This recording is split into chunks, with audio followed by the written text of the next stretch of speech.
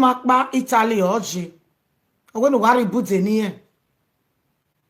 Ona do mue ego ba Italy. Vena gwanana edige hawa. Owiye we fabrika. Yek bari fabrika ege na leva eke yen wa. Egbe ma kenye.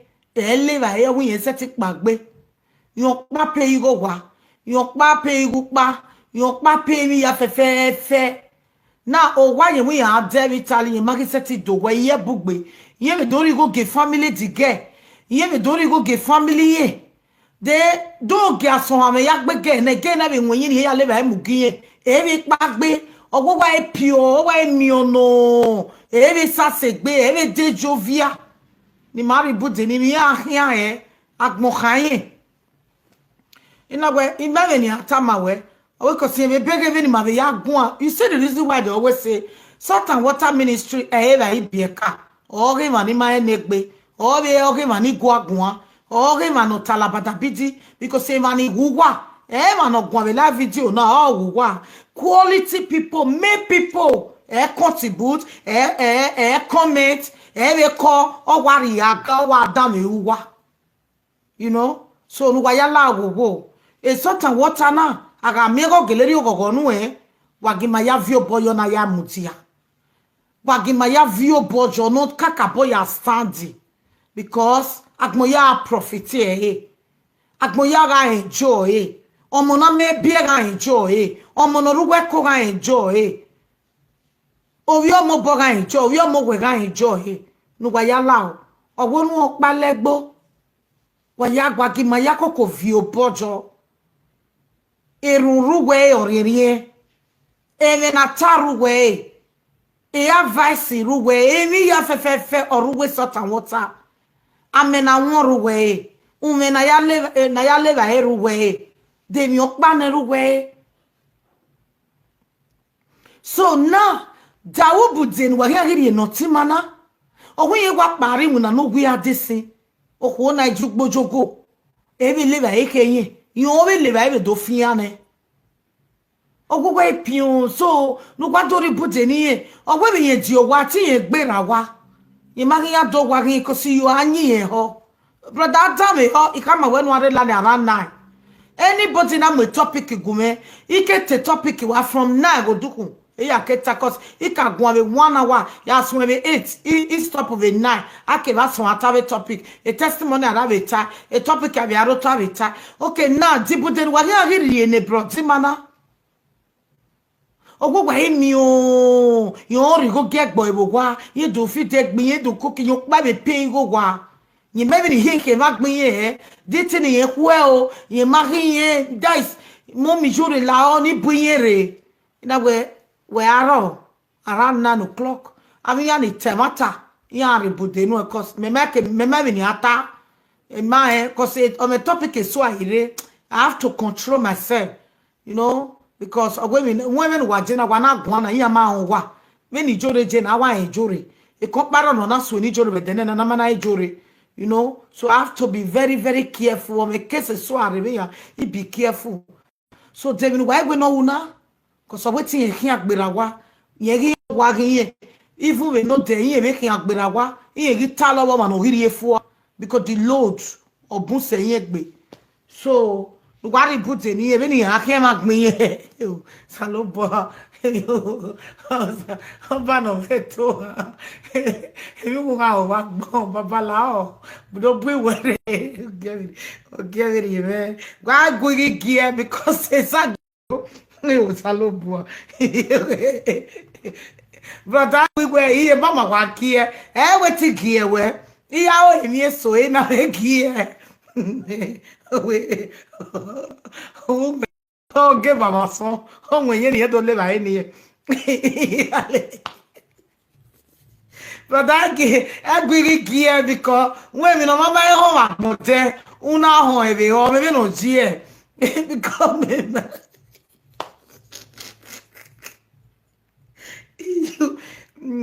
Oya wa do call you awiya no tebe no gba ona matter na ori bi eka enu wa we mo mi jode ni ya o eno ila ko mo ogun a o mo lo gbe we give no job hono ma be the regwe ne brother ni taba ne mama taba e o mata ese aro ene keka o no wa contribute aro ene 2 men 2 women anyone or iku no iwalaja contribute to close the matter so wa da me orun opa ti eni wa da me o hello mommy, you what's up, babe? Eh, site where I'm call.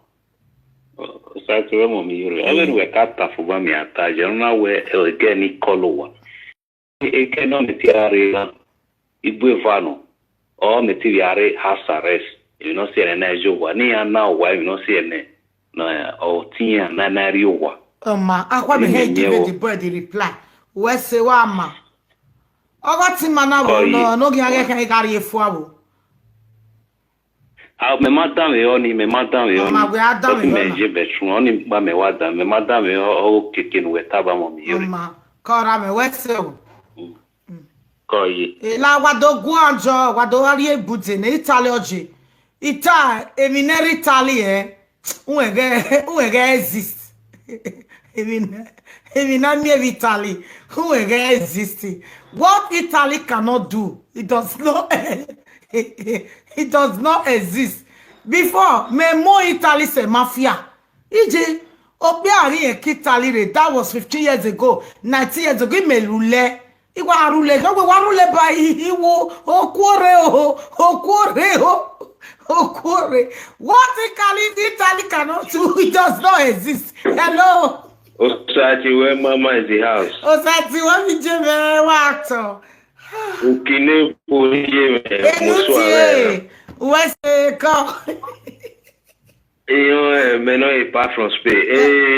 Eltanu Mure, you know. If you pan me very well, a boy na ye a friend you a friend the girl maka live that is number 1. The Odoma live that means the fault is coming from the boy. Okay, who hawana then you might boy hospital near a doctor where you know who here we is your power here. So the boy man won't even that means the fault is coming from the boy because little here where Okuni Mavela Kuni Yali study no ya before Kedo where on only very what the boy Oxford no ta say you. Osatin where you want talk about me only very well because okay I met you a little here where you know where you understand? Maybe I worry or where it's stretching here. As you go, every time man, I wait that you book coming up by Ekbolo, a cleaning. Naughty. Yet, my will be able to allow our gas on yet to live any eye. It didn't look be a theatre tower. Oko wasn't where you met with cleaning, you met with Pokman, all those things. The boy suppose no. We don't because where you who were beggar where and we know where the next thing why Guaru if Aqua also money Nigerians, my bossy cable, a sickable black person, where a neighbor tower giving a book at my work when Lilari hospital. Then we go to here to check any other game where they or money or disturb then you do it because of money no one. Then when you work baro before where we require why go me put oku no worry what do akpa kan where domestic work we am suppose no more kunenia. Understand you Oma brother do relani when a better hello Ipagwe Oma you know, what's it? Hello, brother, do watch him, man. Where a better country go, man. And no man swam or Kaleva enu or Kaku has you go wa record go, man. One brother now go. Hello, side to where. Hello, man. You're a he said, Apa, he said, oh, you're a bit of that. What's it? No. Aga, when I'm not telling Iwe ni gwaji. Mi ni oni tayo mo mi jore. Unwe ga agboya pa. Wo me soro wa ma. Wo me ti we mi ro pa. Wọ́n lọ sáà di mẹ́bẹ́. Bẹ́ẹ̀ni méje bẹ́ẹ̀ni ó kọ́ tẹ́lẹ̀ jọ ìjì rẹ̀ iná ló wà. Àmà 3 months gbá ní pàgbé rẹ̀ ẹ̀bẹ̀tì. Ibu sọ fún mi máa yá kólé kẹ́ náà ń jẹ pàgbé rẹ̀ àbúrò rẹ̀. Hello, mama, ìyàwó sọ bàwẹ̀. Mama, mutia, ìyàwó sọ bàwẹ̀. Ìyàwó sọ wà bàwẹ̀. Ó nà gọ́lọ̀ ìwọ̀n pì á ní ẹ̀ pàgbé wo ma. Bàwẹ̀, mami tàmí bàwẹ̀ pàtì bọ́ ẹni bàkà mẹ́rin lórí ẹgẹ́. Ẹ̀rọ àwọn pani lábọ́ ọ̀gbẹ́bọ̀ ni wà. Wọ́n lọ fún ìdílé mi. So àwọn bàwẹ̀ ìbúra ẹni náà mọ yọ sí sára àtẹ̀tẹ̀ ìgbàtọ̀ náà àmẹ́wé náà bàwẹ̀. Ọkà mẹ́wé náà yẹ nìyẹn ló ti kọ̀ dá o. Dẹ́ kárí tàbí náà yà mú ẹ̀fí ẹ̀ náà yà bí ẹ̀ bá. Wọ́n mọ̀ mí. Kọ̀tẹ̀ bá ẹ̀ náà àmẹ́lẹ̀ bá. Ẹ̀rí mẹ́tì ẹ̀gẹ́ ni ẹ̀gbẹ́ tàbá wẹ̀ ẹ̀gẹ́ àpàkẹ́ mi mi dá omi fọ́ ẹ̀ náà gẹ̀lẹ́ àmẹ́mẹ́ sọ̀rọ̀ púpọ̀. Ẹ̀jẹ̀ ẹni ọ̀yọ̀rọ̀ pàgbọ́ ọ̀tọ̀gbọ́ àwọn òyìn nípa ẹ̀ wọ́n sọ nìyẹn. Ẹ̀bá ẹni bá mẹ́tì ayé wọn náà lọ́dọ̀ àdúgbò náà lọ́dọ̀ mẹ́wọ̀ ìyìnbó alóòbọ̀ ẹ̀ ni ọba àwọn òyìn náà máa bá ẹ̀ tó nù mọ́ bí. Ẹ̀bá ẹni ọ̀rọ̀ àmúfẹ́ kárẹ́tà. Ọkọ̀ tuntun ìjọ́sọ̀ náà wà kọ̀ fún àwọn èmi rọ̀pá ìgbéwà rà ẹ̀ sáńdì. Ọ̀rọ̀ àmúfẹ́ kárẹ́tà náà bẹ̀rẹ̀ kárẹ́tà. Okay, now they wait in now. No more at the hospital. No, you will check up. You know, say no, now lazy. No more at the hospital. A doctor right, anyway. Or not do all right. You look by where you come by. A doctor, I'm a my doctor will gay. A doctor woman, you check I check a gay hour. I want to not like a big house. It's like I don't say for you now. What she would dog marry line. Man, no say when you go now we are now. Ubega go marry line. Okay, Guan. Hello, Guan. Hello, Jay Guan. okay. Director Wafia would talk. Okay, me tell me I don't want to check up. No, check it. It's like you am out, you am it's okay, we don't buy where you're near. It's like it's okay. You want to buy any come on again. No, I'm going to carry tax. Don't appear. Can't say to a big place now. I'm on what it. So the boy, not even the boy, you don't make it, the boy, and I make him a nebanya. The way I am on the name, some like a name with a bobby boy night rather than the guy not back there with you. Get up well. Oh, yeah, then they will what? My Wesley. 3, Brother, where Lania? 3, Do the Lani, no record it. Online and I want. No, go where do I make a problem? Do the Lani, no call. Hello. No, we are at top play. Yeah. They have us to do the active boy by. Hello. No, we are at top play. He said, call you. Come on, very come on. It wasn't even contributing, mommy. When we saw lazy. It's so we don't have baby way. It's talking away forever. When you so we saw a Raroyana bar where when you matter for us soon. When you matter for you enjoy that for every understand. Way forever. Or more hospital or mama hospital or many women where is a pride of a woman. Understand? Okay, yeah, no, yeah, you mother for oh, yeah, you mother. Many must you or the you lady only your one or what is that one about what because that for what you will hear. Oh, why you when I know the point I'm moving. Better, man, better come me, Ben, but I hate to for. No, we are not. We are not doing it for. No, in a dog, but I wabble. And man, I'm not a Kenny. I went now. On your door, you will be It's a thing of joy. Demon, no, me, I really work it. And when the woman while they work there, I want to you, but so, what you want to win on here with cut any here where you, man. I knew you, my sister. Where the well, you, can I am on you, mommy. Oh, mommy is normal. That for when no, it's normal thing. Oh, mommy, I don't have work forever. The man have to deal with that a little bit, just a little while. It's not forever.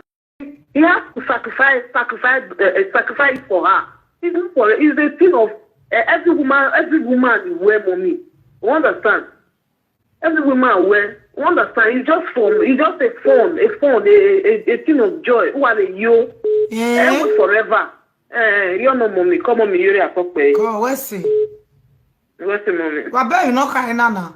Who you may not hear I show. Hello. Here, hello, sites. Me must Hello, support mommy. There were my work. Onyo Bianigi Soto. Okay, the boy, and when I'm here, do I mean meta problem? You be a son. Hello, sites. Hello, mommy. What's that? Mommy. That's why a contribution, my mommy. Then again, she for first and foremost, I see Motanafe. Adokono Hama, Okumerihi. I wear equal so at that Hama.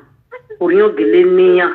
And first of foremost, Botanica, the Doka Une ye, the Nomana Hamane, Doka Une Kakakaka. Ogamia Womaka. Or cow ye better the corner hammer for the foreign win my contribution. Okay, over here. Over here. Oh, hammer, boy, hammer, but when I have a yellow lolly, I'm a big window, you big guy. I don't want to fall. Many other could be. Only can me one minute. We may have watched you, but no, I love you. When the man not to know the weapon, any man. When no one love with it, for me, meow, brother, anyone love with it, earlier the better. Because although I'm gonna use that or frustrated away bona, or you can always lose the woman near laugh. When I want life with it, but that's my contribution, mommy. Because the winner was now this one no hammer at all. Or Hona Maria, yeah. Okay, or whether you took my pay go back, no, I'm winner. Okay, a rat organic. The together in a little piani, a rat or one. And we're going to make it and make it, but that's the main winner. Black make it have a beer of equal of your book and your back. Equal of when the Bemaran is a year because on the women Madonna's or Dore or Royal Con. The women on a young estimate to Belen Choco. They manage the Uko, eh? But that's here no piano. For my contribution when we win one life with it, baby, that is better. We don't live with it, baby. Okoni actually, you walk. Oh, bone. I'm not matter what bear. Eti married book when we don't live with it. Why I agree with the young one, Joe. Everyone want to imagine what is fast. I will say.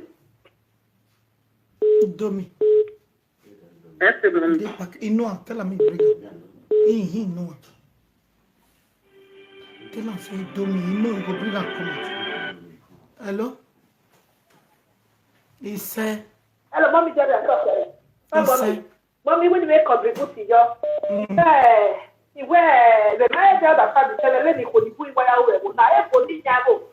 If I see the demon and said the near here, what is the money black him out when in a level? 3, 9, 3, 4, 0, 1, 4, 0, 8, 8, 2, 4.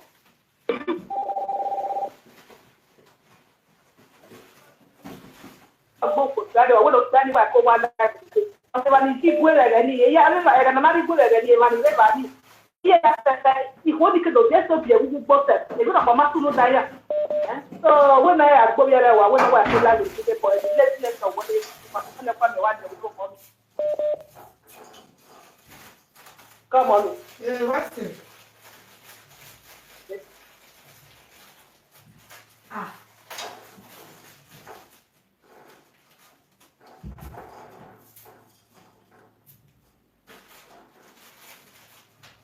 3, 9, 3, 4, 0, 1, 4, 0, 8, 8, 2, 4.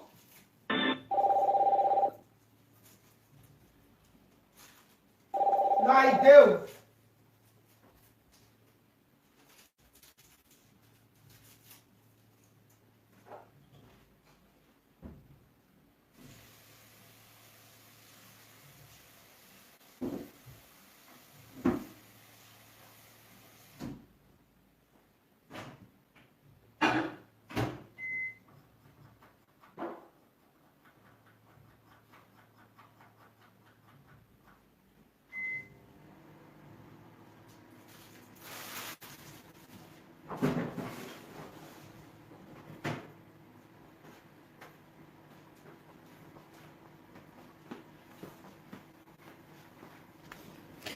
Idere. We sabu. Obe say aro never contribute all this women are just talking anyhow. But hello. The directive bring a jam. Hello. Oh, you want record it? You need to record it. Hello, mommy Jerry, I thought there. He said, Call you know your title. you citing what we Oh, yeah. Mommy, I will call you man. Tayo. Maka, I will go. I will go type, I make example. Nigeria. Pregnant for me, for video, and make example. Imena, mommy. If I mean, I'm on yourself. Here, bolo step ya bolo waya bolo to bogo ma be bai be e ba ni na me orion se ma no ti me no ko ne fere mommy yin na ma ko wa kan no si ko e o no wa mi o we de e ma o ni bie because yan wa ma o wa wiki o the b oju omo na bie na na adwa e se iepe be no yo ni o se oh what be if I found a job no but yeah ko ya wa be okay so the last month no be oh no mi obi me bo ha ma na ha ma o ka so ide oje bana ya make example when penna see ya so the girl can no where my sister bo we what say no ni be ni na I make na egbe to only on near because penalty ya because never same so tabania what see am I no ko na am I the kind of what is going through because the penalty ya you me ya go origine because it take a different way of it no mother fund ma only when we tire wa mutiane ni me pe mi no send give me cause offend me. Hello, God bless you. Good evening, Mommy. God bless you, my sister. God bless you. Mommy, now this word I want to contribute to where they happen so.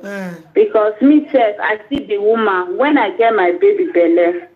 From 1 month to almost 5 months, Mommy, I know they fit do anything. Even food, I know they eat. I know they fit do anything. Now hospital to hospital, I they go.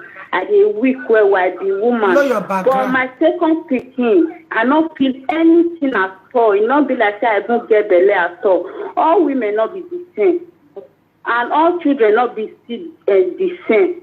Now, what I want to talk for as the man, he go ask the woman, wait, how you say they do you? If not to take her go hospital, make doctor still check why she dey weak. The doctor go still check. Now, what I see for inside, not be the one where they talk say pass the road, go back. No marriage is there. All picking not be the same. For me, I don't experience that thing. To eat, I know they fit do anything. My first picking, but the second one, just be like say I not get bella at all. I can't do any work at all. Now I just say I still contribute. Thank you. Money. God bless you.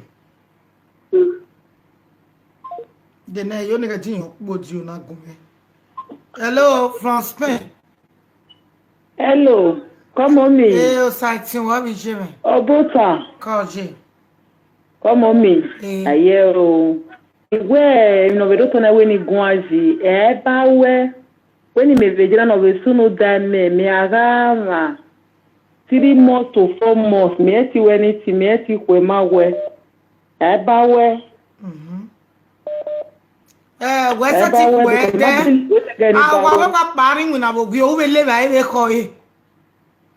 What is the managing labor any myself? Me ati gbagbe we ni tin e ba we me o ma ti ko e ma wo ma ti we ni tin brother me o jame wa e ba we to ba we because when me wajo wa sunu da me 1 month to 3-4 months me ati we ni tin ye ti gbagbe ye ti ko ye ti ri dai omo no vero to se me ati ko yan Oda fun we gbadu apoya ma awa we no ri wi na gbadu ku omo no wi adesiwa u be ku eyan because mo me now me no ve he we ti ba we o ve he owa okuno ma ti no ka ni ti de negi ni ma ti we ni ti no ma ti ku e na emi ni beta ko na igu ori ma me mi oru pa wa de o wa ri o bebe wa ima ya waju pa wa ku eku Ekpuli ko mu ye nya wo me keke ya se eze. Tekpuli ke jeze be wi ma. Mbele. No me ya pa mo mbi mo ya pa aigbe ya re opa. O ma wese. Igbe ya pa mo ya pa. Come on. Hello, God bless you. Hello, come on me. You say to Hello. O say Say o come on me ke wu. Mo ya ti gboje wa ta lele na. Iwa do kian fi ogu wa ta. Omo ye ko 5 months. You wa say 5 months we ko. Hello gun ayi jame yo. Mommy ko emenu kwa ke tana wi re gun di mommy. Everywhere wana to bawe. Beni me mutiana myself ije me vi ku. Myself vi ku ni ma mẹ́tẹ́ tí mú náà wà mẹ́tẹ́ tí fi ọ́ wà ọmọ anágbọ̀n òbí á. 3. ọmọ pa àkọlì wá gí ọpá gún ni pápá àkọlì fi wẹ̀ ọmọ náà gún ọ̀bùtọ̀ wá ẹ̀ hello wá gí ọpá gún ni ṣáà tí wọ́n bẹ́ẹ̀ ni wọ́n ọpá gún ọmọ náà wà tí wọ́n gẹ̀ gún ni wọ́n yẹn. Okay, I agree, mommy. Innovator tonight we need contribute to the gún. Now we've all given me that is for the first month you need to say 7 months. May I think that we will come away. Emanilo wa me go se teni ailera e ko to afọ me ni me morion ana wetin me ati lakoni ya lera e me wa ko fi to agba me yan me so ode normal no e to ba we igbagbo ya opa ma wese igbagbo ya pa ọmọ no ka ni gbedu set no gele ko we ami o no gi me na to yi na skeleton na to yi na spaka to ba we awa mi o ma no ko mi mo ma to ba we ma wa mu jare yo ni go no nya record na. Hello. Both are mommy also at well. Okay. Hello. Ẹ̀yin ò nya the record. Hello. Hello, mommy. Hello, site somewhere. Come, mommy. Record of it. Come, mommy. Very good, mommy. Mommy. Oh, you know, I want to when you go to mommy. To ba we. When you are tired to ba we, we may not move, we may. Hello, me to start when mamma moves in a make it can move. It may be sign your son recept after 5 months. It will be maybe after the year. Say, correct, Bobby, man. To ba we when the money will take easy. Don't be no cow, no maybe the man if they stress. When no what take easy with no them a fruit in every fruit, every side way. Have a banana, no dene, no what take easy with no la go. When you tell your mommy. Okay, in the village, their original food. Hello, my brother, man. Hello. Hello. Hello, come on me. Hello, site. Oh, madame, lave, oh, save your ma. Hello, site. Okay, come on me. Mommy, I'm not going to get Guaji, mommy. What do you say now?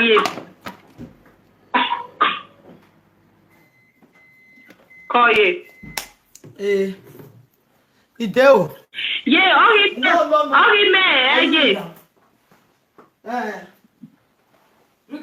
Me na ma ye. O ka me be o kidne. Wo. Ya ga bi le na o no pick me o me abe mo no be kokwa. Anything iri ai ba bi me ti awe mi rokpa. Me ala ko le go se e ni mi ale ni o gbi asune. Maybe test a day, I never give it. I don't test it. All it yes. Maybe the way I give, I'm walking back while we go back while I pull them out later. They have a BS, or you should have 7 months of their J. It may say the way. It may say here, J. So J, every way, J. What that point on the what patient? No what patient to look at it, DNA. Only do you have what day? I do you have yet. I will have no harm of women, babe. I do have yet. We don't want to be legend.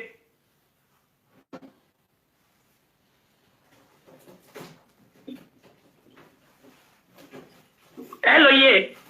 Oma, what's it? All got a line now. Okay, line. Okay, what? I'm on the line. You're more the topic.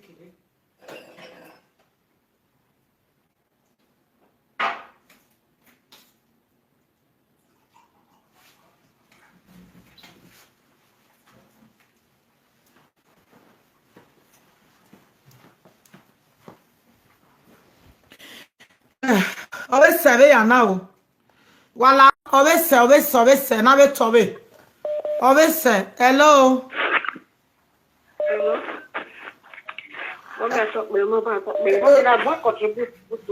May you quick talk. I mean, don't stop and it's okay like this. I need testimony. Hello, Saitiwe.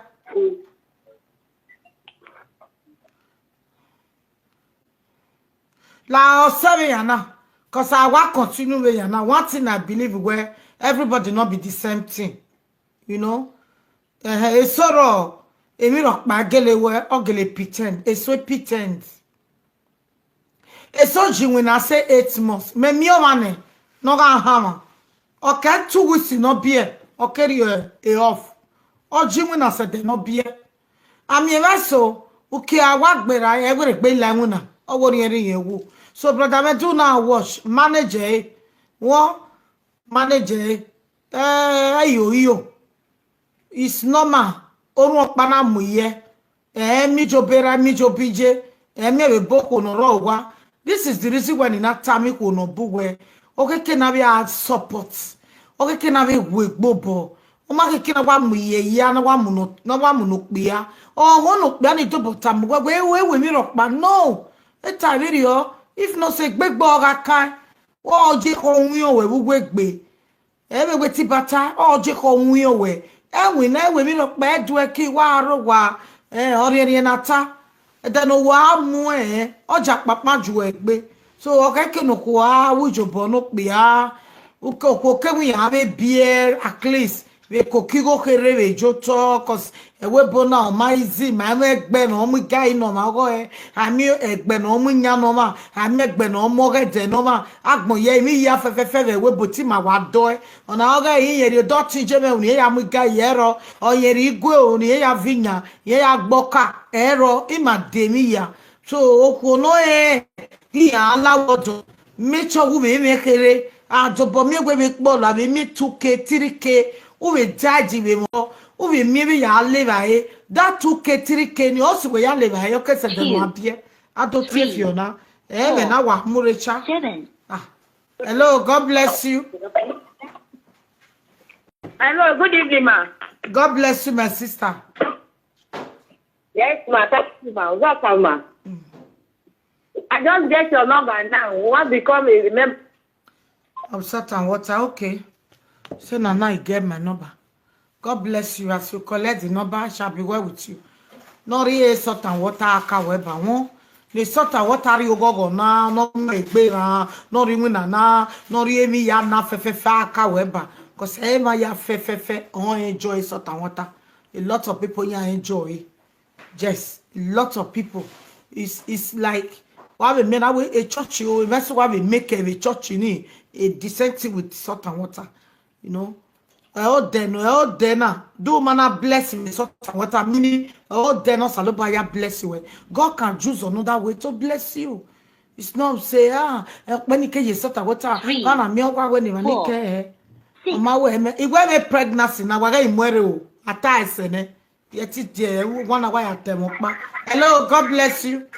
Hello, mommy Jory talk be. He say o sati we call La mommy ya think on you now. Mama must stop ene. I wa continue we na F4. Okay, no problem. What's a J what? So agmoya okpa. Nene pregnant woman abeta no igwe na esoro yin agwa be si igwe ya lo be to ti guide. Eso ya lo be fa okogbo. Okeke na tema to salobo. Me mi eso ne owa beke orugbo. O iwa sugbo wa wa kun yo to. O ma lo be yo to ti guide. O lo be uje ugbo kogbo. O lo be yin wo kogbe. O bele kere. Abe ugbo na ma efi ugbero be na ma efi na gbe ototo uguru. no na pole ko wa ari o wa ri ego yi wo wa wie maybe aga iri ogwa he o ti be dadie iye kere o maybe abi na avoka abaka o beke mu e kere o be mu na be temata bo gigwe o wi he akone wa ro be wo wi ekpolian de inye ha o ri e ti be gwe o okay ya lo be yokogbo no problem me ga ne stame ina ma bo me ko le li maju gbo ve wo vie wo sugbo o wa mu mi o wa kan bai o wa win na kere wa go fe book bo wa yen we o ama ge ya vie o wa